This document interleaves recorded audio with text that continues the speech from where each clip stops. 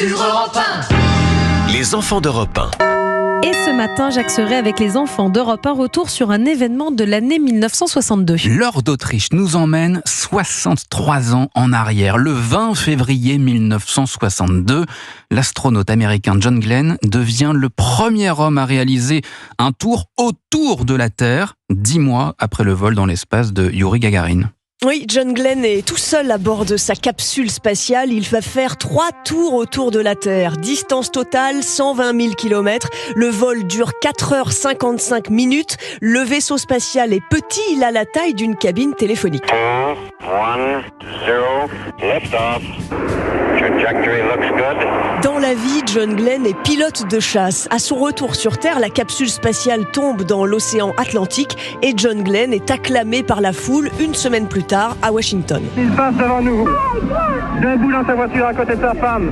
Le vice-président Lyndon Johnson est à côté assis. Et malgré la pluie, ils sont tenus à rester décapotés.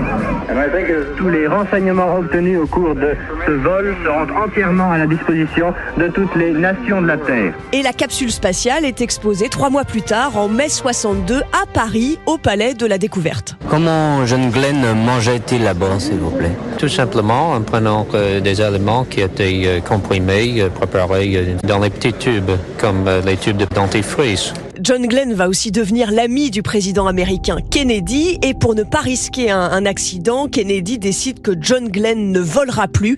Il ne repart dans l'espace que 35 ans plus tard, en 98. Il a 77 ans. Et quelques mois plus tard, John Glenn, en visite à Paris, revient sur son exploit au micro d'Europe 1. Si nos efforts peuvent permettre aux enfants d'être meilleurs en sciences ou en maths, par exemple, eh bien ce sera très bien. Et si grâce à nos efforts apparaît un nouvel Einstein, par exemple, et faire une découverte fondamentale pour l'humanité, ce sera parfait.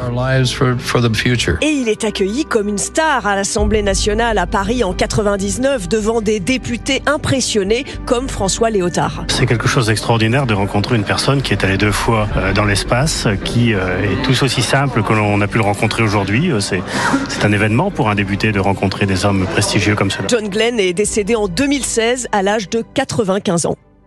Le récit de l'Or d'Autriche, réalisation sonore signée François Desmoulins. Il est l'heure de jouer.